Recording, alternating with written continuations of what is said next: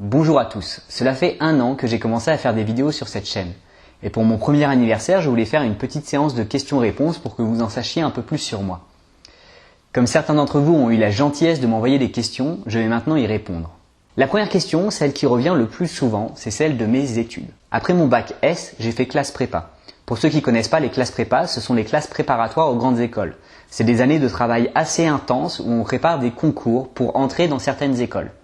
Donc j'ai fait les 2 ans comme tout le monde, j'ai passé mes concours et j'ai pas eu les écoles que je voulais. Alors j'ai fait une année supplémentaire, j'ai redoublé la 2e année pour avoir une 2e chance et j'ai intégré l'ESPCI, l'École supérieure de physique et de chimie industrielle de la ville de Paris.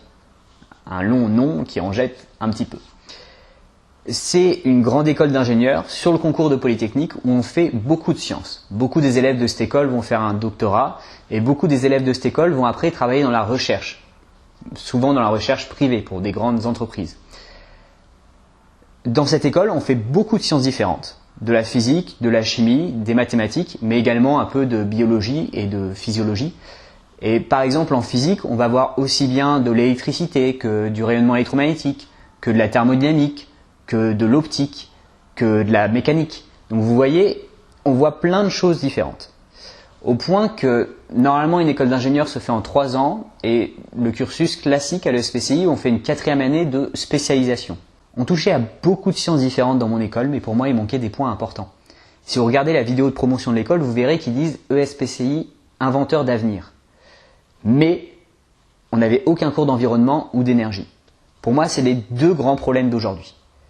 Et j'en étais un peu conscient via des lectures personnelles, via des centres d'intérêt, mais j'avais pas beaucoup de connaissances en environnement, donc cette année supplémentaire de spécialisation, j'ai choisi de la faire dans l'environnement. En fait, ce que j'ai fait, c'est que j'ai fait une année d'Erasmus dans une université norvégienne, le NTNU, et j'ai choisi mes cours dans un master en 2 ans d'écologie industrielle, donc il y avait beaucoup de cours différents sur l'environnement. J'ai pu faire de l'analyse du cycle de vie, de l'écologie industrielle, de l'écotoxicité, mais aussi par exemple de l'économie des ressources naturelles. Et c'était vraiment une révélation pour moi. J'ai appris beaucoup de choses importantes et ça a changé ma vision du monde et ce que je voulais faire de ma vie.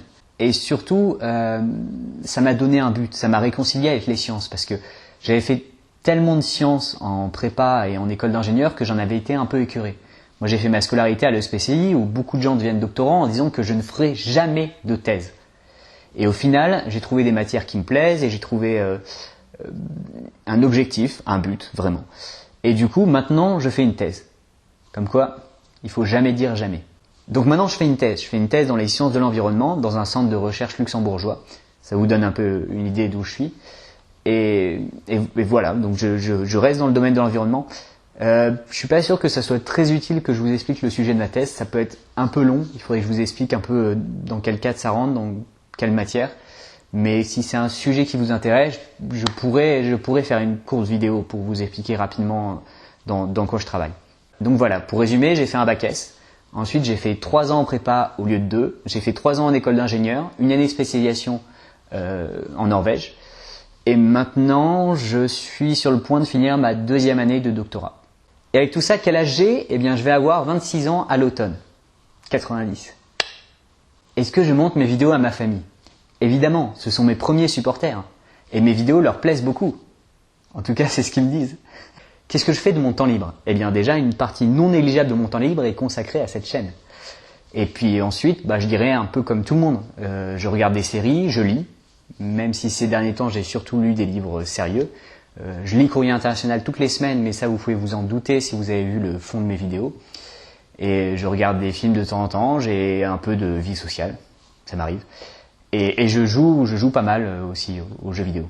Ami gamer.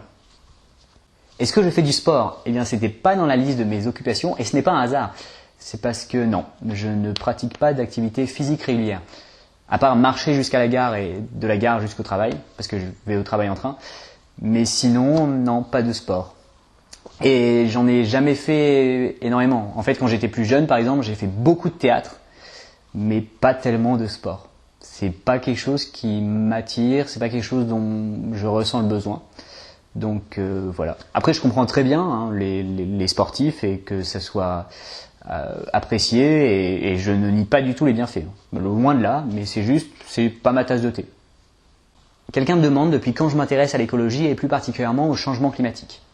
Alors j'aurais plutôt tendance à dire que je m'intéresse à l'environnement. Je trouve que écologie, c'est pas toujours un terme très bien employé. Et je m'intéresse à l'environnement à la fois récemment et à la fois depuis toujours. Parce que j'ai toujours eu une attirance, un intérêt pour la nature. Petit, j'attrapais les sauterelles et je les élevais. Je pouvais passer des heures à regarder des fourmis transporter des miettes. Ça m'a toujours fasciné. Mais après, vraiment, le problème environnemental et le changement climatique, c'est des préoccupations assez récentes pour moi. J'en avais des connaissances basiques via des lectures personnelles, via les médias, etc. Mais avant d'aller en Norvège, j'avais assez peu de connaissances sur le sujet finalement. Et en Norvège, en plus d'étudier, j'ai fait beaucoup de recherches personnelles pour creuser le sujet. Et c'est à ce moment-là que je m'y suis intéressé. Donc ça fait 3 ans et demi à tout casser. Et sur une question comme le changement climatique, ça va vous étonner, mais quand j'ai commencé à regarder cette question et à la creuser, il y a 2-3 ans, mon approche, ma position à l'époque, naïve, sans aucune connaissance, c'était qu'on n'était pas absolument sûr que c'était l'homme et qu'il y avait une variable naturelle, une composante naturelle qui comptait pour une part non négligeable du changement climatique. Pourquoi ? Parce que je pense que l'information sur le sujet a été assez lente, la désinformation l'a un peu pris de vitesse. Et vu que j'avais un peu les deux canaux et que j'avais pas séparé le vrai du faux, j'étais influencé beaucoup par des bêtises qui se disaient sur le sujet. Et du coup, je me suis vraiment intéressé à cette question. J'ai lu beaucoup de papiers scientifiques, j'ai lu le rapport du GIEC, mais aussi des articles en dehors du rapport du GIEC. Le rapport du GIEC ne fait que les synthétiser, il écrit rien. J'ai lu aussi les blogs climato-sceptiques, que je qualifierais plutôt de climato-dénialistes pour beaucoup, parce que ça ressemble quand même souvent à un déni de la vérité. J'ai regardé les vidéos de climato-sceptiques, etc. Moi, quand quelqu'un vient me voir et qui me dit « mais t'as pas vu Courtillot ?» ça me fait beaucoup rire. Bien sûr que si, que je l'ai vu. Et une fois que j'ai eu tous ces éléments, mais ça demande un temps phénoménal de s'intéresser à cette question, parce que c'est un problème extrêmement complexe. Mais une fois que j'ai eu plein d'éléments, je me suis fait une position qui était bien plus convaincue de la responsabilité humaine que mon approche initiale, que ma position naïve, quand j'avais pas assez de connaissances sur le sujet. J'ai eu une approche sceptique de la question et j'ai été convaincu par les faits. Quelqu'un me demande si je suis végétarien en me signalant que ça permet de diminuer son empreinte écologique. Alors effectivement, consommer moins de viande permet de diminuer son empreinte écologique et j'en parlais dans la dernière vidéo. Et ça, je pense que c'est une réalité qu'il est intéressant de comprendre, que c'est un fait qu'il est intéressant de savoir. Après, est-ce que je suis végétarien ? Non. Non, je continue de manger de la viande, mais j'ai beaucoup diminué les apports de viande dans mon alimentation. Clairement, j'en mange plus tous les jours et j'essaye d'en manger de moins en moins. Je pense que je me rapprocherai plutôt de ce qu'on appelle un flexitarien, donc quelqu'un qui essaye de diminuer sa consommation de viande, mais j'ai pas de problème à en manger. Si je vais chez des amis et qu'on me propose de la viande, je ne refuserai pas. Combien de temps pour faire une vidéo ? Je dirais une 30aine d'heures. Environ moitié-moitié entre écrire le script et monter la vidéo. Écrire le script, ça me prend une 15aine d'heures parce qu'il faut que je lise beaucoup de choses. Souvent, je vais chercher dans des rapports ou des articles scientifiques en anglais, donc ça peut être un peu fastidieux comme recherche et un peu long comme lecture. Puis après, il faut synthétiser. Il y a des gens qui m'aident et qui relisent le script, donc merci beaucoup à eux. Et évidemment, après, il faut retravailler le script, il faut le rendre intelligible, il faut qu'il y ait un fil conducteur, il ne faut pas que ce soit compliqué, mais il ne faut pas rater trop de points. Donc ça prend vite du temps de faire un script.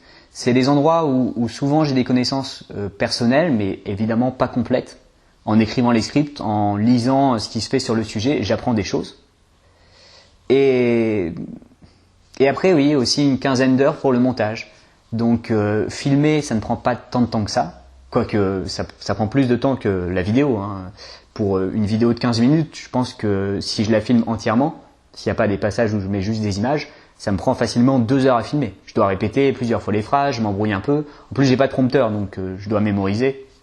C'est pour ça que ça coupe dans la vidéo. Donc filmer, au fond, c'est pas si long, mais après, tout couper, ça peut être assez long. Et puis ajouter des images, ça peut paraître bête, mais c'est long. Trouver les bonnes images, les mettre au bon endroit, faire les petits effets, rajouter des écritures. Et puis le truc qui est long aussi, c'est quand je fais mes petites images PowerPoint, quand je veux ajouter des annotations, changer les légendes, ne serait-ce que les traduire, ou mettre moi-même des petites animations parce que j'en trouve pas, ou qu'il n'y a pas d'images qui me conviennent, ou que je veux faire passer certains messages ou certaines informations. et ben tout ça, ça prend vite du temps. Ça prend vite du temps. Et là-dedans, il y a toute la gestion de la chaîne qui n'est pas comptée. Je prends le temps de répondre à des commentaires. Souvent, c'est long. Répondre, je sais pas si vous avez vu, mais des fois, je réponds des gros pavés. Ça peut prendre facilement une demi-heure, une heure. J'essaye de répondre un peu à tout le monde. Je reçois des messages. J'essaye d'y répondre également. Et puis, j'essaye de contacter d'autres youtubeurs pour voir si je peux faire quelque chose ou pour donner mon avis sur certains points, si je peux les aider sur des questions techniques. Ce genre de choses, j'essaye de faire un peu mon réseau en fait, d'avoir une influence au-delà de cette chaîne qui est assez petite finalement. Et tout ça, ça prend également vite du temps, plus qu'on ne le pense. Alors vous avez été plusieurs à me demander pourquoi j'avais pas plus de vues et à me dire que j'en méritais davantage. Eh bien, merci beaucoup, c'est gentil. Pourquoi je n'ai pas plus de vues? Je suppose que si je connaissais la réponse à cette question, j'en aurais plus. Je ne sais pas, mais il y a quelque chose quand même qu'il faut garder à l'esprit, c'est que mon but c'est pas tellement d'avoir plein de vues. Sinon je ferais des vidéos rigolotes ou des anecdotes. Beaucoup même de vulgarisateurs scientifiques se contentent de faire des anecdotes. Ils parlent de ce qui est amusant dans telle ou telle science pour divertir. Mon but n'est pas le divertissement ici. Je parle de problèmes que je juge graves parce que je pense que c'est important d'en parler, que c'est important d'en prendre conscience et que c'est important d'agir dessus. Donc je préfère avoir moins de vues mais avoir un impact, faire passer un message ou des informations que je juge utiles que de courir après les vues et de n'avoir aucune utilité. Donc mon objectif c'est plus d'avoir un effet que de devenir célèbre ou d'avoir des centaines de milliers de vues. Après, si je peux avoir plus de vues en continuant de faire passer un message, évidemment que ça m'intéresse. Alors je sais pas, peut-être que j'ai pas le bon format, peut-être que c'est trop formel, peut-être que c'est trop compliqué. Ça j'ai pas de réponse. Et il y a eu aussi plusieurs personnes qui m'ont demandé pourquoi je fais pas de partenariat avec d'autres youtubeurs. On m'a cité Hygiène Mentale sur le climato-scepticisme ou Dirty Biology, ou pourquoi je me fais pas promouvoir par YPensée ou Doc7. Eh ben, moi j'aimerais bien me faire promouvoir, mais je sais pas si mon message les intéresse. J'ai essayé de contacter beaucoup de youtubeurs, d'ailleurs il y en a beaucoup qui sont extrêmement sympas. Après voilà, je doute que ça les intéresse de me promouvoir ou de faire une vidéo avec moi. Peut-être Hygiène Mentale sur le climato-scepticisme, et pourquoi pas. Moi si on me propose, je serai partant, vraiment. Mais peut-être que ça les intéresse pas, peut-être que je fais pas des choses d'assez bonne qualité, ou peut-être que les sujets sont trop polémiques, trop politiques, trop engagés. Je ne sais pas. Je pense que je suis là, je suis disponible clairement parce que j'ai pas beaucoup de visibilité. Et maintenant, la balle est plutôt dans leur camp. Mais je suis déjà passé à la tronche en live, et ça, c'était une belle occasion que m'a fait la tronche en biais. Donc c'était une excellente expérience, et je pense que certains d'entre vous sont venus sur ma chaîne par ce biais. Donc merci encore beaucoup à eux, et s'il y a d'autres occasions qui se présentent, moi, je suis complètement ouvert. Ensuite, on me demande, vas-tu encore faire d'autres vidéos sur le climat et l'écologie, ou vas-tu te diversifier et faire d'autres séries, d'autres thèmes? Donc là, je suis parti encore pour parler d'environnement. Donc là, je suis en train de faire une série sur la pollution. Et après, je vais faire une série sur tout ce qui est épuisement des ressources, le pétrole, les terres cultivables. Et après, je vais essayer d'avoir un point de vue plus général de l'environnement. Par exemple, je vais parler de la perte de biodiversité. Je pense que c'est pas toujours bien compris. Et je vais parler de la notion, des notions d'effondrement ou de ce qui pourrait arriver quand on projette les tendances actuelles vers l'avenir. Donc du coup, on a encore pas mal de vidéos sur l'environnement. Mais l'environnement, c'est pas un sujet séparé de la société. C'est un sujet qui joue sur l'organisation de la société parce que ça délimite ce qu'on peut faire. Et je pense pas qu'on puisse parler uniquement d'environnement si on veut régler les problèmes avec l'environnement. C'est aussi des problèmes qui sont liés à la façon dont on organise les sociétés, et c'est pour ça que j'ai commencé par parler d'économie, et j'y reviendrai. Je parlerai d'économie et de politique, c'est une certitude. Après, ça me prend du temps et j'avance assez lentement, donc je peux pas dire quand, mais l'environnement ne se pense pas séparément de l'organisation des sociétés. C'est ce qui conditionne l'organisation des sociétés. Après, ça laisse une marge de manœuvre dans laquelle on fait des choix politiques, mais pour l'instant, nos systèmes ne sont pas dans cette marge de manœuvre. Ils ne sont pas viables. Donc il faut parler de nos systèmes, de ce qui ne va pas et de ce qu'il faudrait faire. Et donc ça, je pense le faire aussi. Donc vous voyez, j'ai encore beaucoup de choses à traiter. Mais je vais continuer d'essayer d'avoir une progression logique et de pas m'éparpiller. Alors on me demande, pour limiter le réchauffement climatique, selon toi, qu'est-ce qu'il faudrait que l'on fasse? Parce que c'est bien complexe, rien n'est idéal et j'ai dans l'idée qu'un changement de mode de vie est une nécessité impérieuse. Eh bien, avec les connaissances que j'ai sur le sujet, je pense aussi qu'un changement de mode de vie fait partie de la solution. Je pense que notre façon de produire, de consommer, mais également nos structures économiques, voire politiques, la façon dont on organise nos sociétés finalement, n'est pas viable. Ça ne peut pas durer à cause des contraintes environnementales. Donc je pense que nos façons de vivre et nos façons même de penser ou d'appréhender le monde vont changer. Et finalement, la seule question qui reste, c'est est-ce que ça va changer malgré nous et on va le subir? Ou est-ce qu'on va être acteur de ce changement et donc est-ce qu'on va faire des changements qui seront positifs? Et moi, ce que j'aimerais, c'est qu'on soit acteur de ces changements et qu'on construise une autre société, qui peut d'ailleurs être une société bien meilleure que celle qu'on a là. Ça, j'en suis persuadé. Mais honnêtement, je ne pense pas que les sociétés qu'on connaisse aujourd'hui aient encore 50 ans d'espérance de vie. Ça me paraît impossible. Ça me paraît vraiment impossible. Alors on me demande, penses-tu que la COP21 a été une réussite historique comme le gouvernement français nous l'a fait penser? Alors sur la COP21, ça mériterait presque une vidéo pour vous donner mon opinion et surtout que bon, j'ai pas trop creusé le sujet, donc je vous réponds à chaud, approximativement, avec les connaissances que j'ai sur le sujet. Alors plusieurs choses, c'est que si on regarde par exemple ce qui s'est passé avec le trou dans la couche d'ozone, c'est des programmes du type de ceux de la COP21 qui ont été mis en place et qui ont permis de résoudre le problème. Et ça s'est pas fait en un jour comme vous pouvez le voir dans la vidéo que j'ai fait sur le sujet. Le premier protocole de Montréal, clairement, la limitation des émissions n'était pas suffisante. Et pour l'instant, ce qu'on voit avec la COP21, c'est que c'est pas suffisant. Donc ça suit le même chemin. Mais ça ne veut pas dire que ça sert à rien. Le protocole de Montréal a été ensuite révisé et on a baissé au fur et à mesure et ça a fini par devenir suffisant. Donc au fur et à mesure des COP, on peut revoir et abaisser. On ne peut pas tout couper d'un coup. Ça peut être un cheminement progressif. Ensuite, l'autre point positif, c'est que ça oblige à parler sur le sujet. Ça oblige d'en discuter, de présenter à tout le monde ce qui se passe, ce qu'est la réalité du changement climatique, ce qu'il faut y faire et quelles sont les connaissances scientifiques sur le sujet. Et ça, c'est important. Et il y a aussi un autre point positif que je tiens à souligner, c'est que de tous les pays qui étaient réunis pour la COP21, il n'y en a aucun qui n'a adapté un point de vue climato-sceptique. Même parmi les pays dont certains n'ont absolument pas intérêt à ce qu'on lutte contre le changement climatique, ne serait-ce que les pays producteurs d'énergie fossile, tous ont accepté cette réalité. Tous ont rejoint le consensus scientifique. Ok, ils en font peut-être pas assez, mais c'est déjà un premier pas important.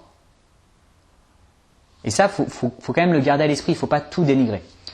Après, le danger de quelque chose comme la COP21, c'est de croire que c'est suffisant. C'est de croire que ça va régler tous les problèmes. C'est de croire que le politique est capable de sortir une solution miracle qui va régler les problèmes sans que rien ne change pour nous. Ça, je pense que c'est se mentir que se dire ça. Et il ne faut pas que ce soit le message qui ressorte de ce type de rassemblement ou d'engagement.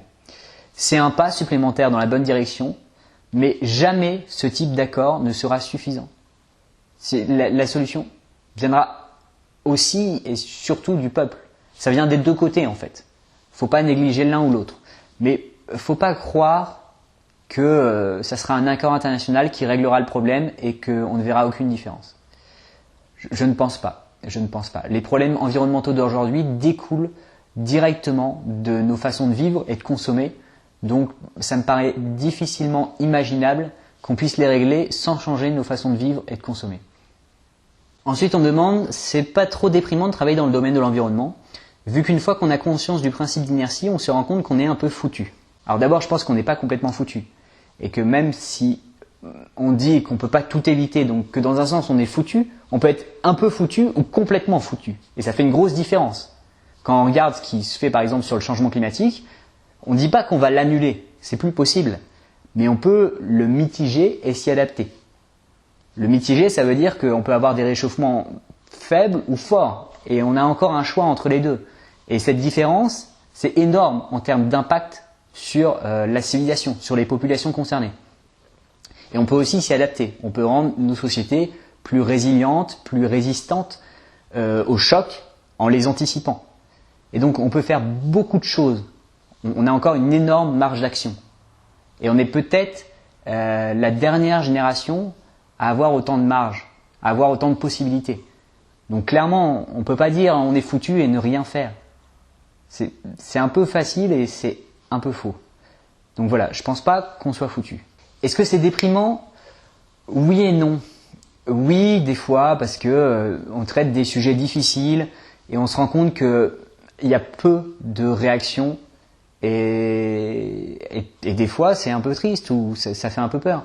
Je pense que la peur de beaucoup de personnes qui travaillent dans l'environnement, c'est ce que j'appelle le syndrome de Cassandre, si vous connaissez la mythologie. Moi, c'est un peu ce qui me fait peur, de me dire qu'on a raison, que ça va se passer comme on le prévoit, mais qu'on peut rien y faire parce qu'on ne croit pas, ou qu'on ne prend pas la mesure de la gravité de la situation. Ça, c'est un truc des fois qui me fait un peu peur. En même temps, je dirais non. Ok, je travaille dans l'environnement. Je lis beaucoup de choses là-dessus, y compris beaucoup d'articles scientifiques, et la situation n'est pas réjouissante. Mais je suis heureux. Personnellement, j'ai déjà été beaucoup plus malheureux qu'aujourd'hui. Faut pas croire que je suis déprimé tous les matins à cause de ce que je fais ou à cause de l'état de la planète. Parce que c'est un état, c'est un fait. On peut pas être déprimé à cause d'un fait. Ça serait plus sympa s'il pleuvait de la bière ou s'il poussait des bonbons sur les arbres. Mais c'est pas le cas. Et c'est pas une raison d'être malheureux. En fait, la raison qu'il y aurait d'être malheureux, c'est que la réalité physique de notre monde détruit une certaine vision qu'on peut se faire de la société ou de l'avenir. Mais une fois que vous avez accepté ça et que vous avez d'autres visions ou d'autres rêves, il n'y a aucun problème à accepter une réalité. Ça serait quand même dur de ne pas réussir à accepter une réalité et à vivre comme une autruche, en se voilant la face, jusqu'à ce que ça nous tombe dessus. Je sais, c'est ce que font beaucoup de gens. Et il y a un autre point intéressant. Dans nos sociétés, beaucoup de gens sont malheureux. C'est une réalité, beaucoup de sondages le montrent, ne serait-ce que la consommation d'antidépresseurs en France qui vaut quand même un coup d'œil. Donc beaucoup de gens sont malheureux. Et je pense que c'est parce que leur existence manque de sens. Et c'est quelque chose que je peux comprendre. La façon dont on a construit nos sociétés, notre consommation, l'existence en général, je peux comprendre que beaucoup de gens trouvent que ça n'a plus de sens. Ça, je peux entièrement le comprendre. Mais finalement, comprendre les problèmes environnementaux, comprendre ce qui ne va pas, et vouloir agir dessus, ça donne un sens. Ça donne un but, ça donne une finalité, ça donne des objectifs. Et ça, je pense que ça peut faire beaucoup dans le développement d'une personne et dans la recherche du bonheur. Trouver un but. C'est peut-être hyper niais ce que je dis, mais j'en suis convaincu. Même si s'intéresser à ces sujets ou agir pour faire une société meilleure, ça peut paraître déprimant, je pense que ça peut aussi être l'inverse en fait. Que ça peut être la source d'un épanouissement. La source d'une certaine forme de bonheur ou de sérénité. Donc voilà, c'est la fin de cette vidéo de questions-réponses. Dites-moi si ça vous a plu. N'hésitez pas si vous avez d'autres questions. Je peux refaire une vidéo de ces 4 si le format vous plaît. Et voilà, bonne journée et à bientôt sur le net.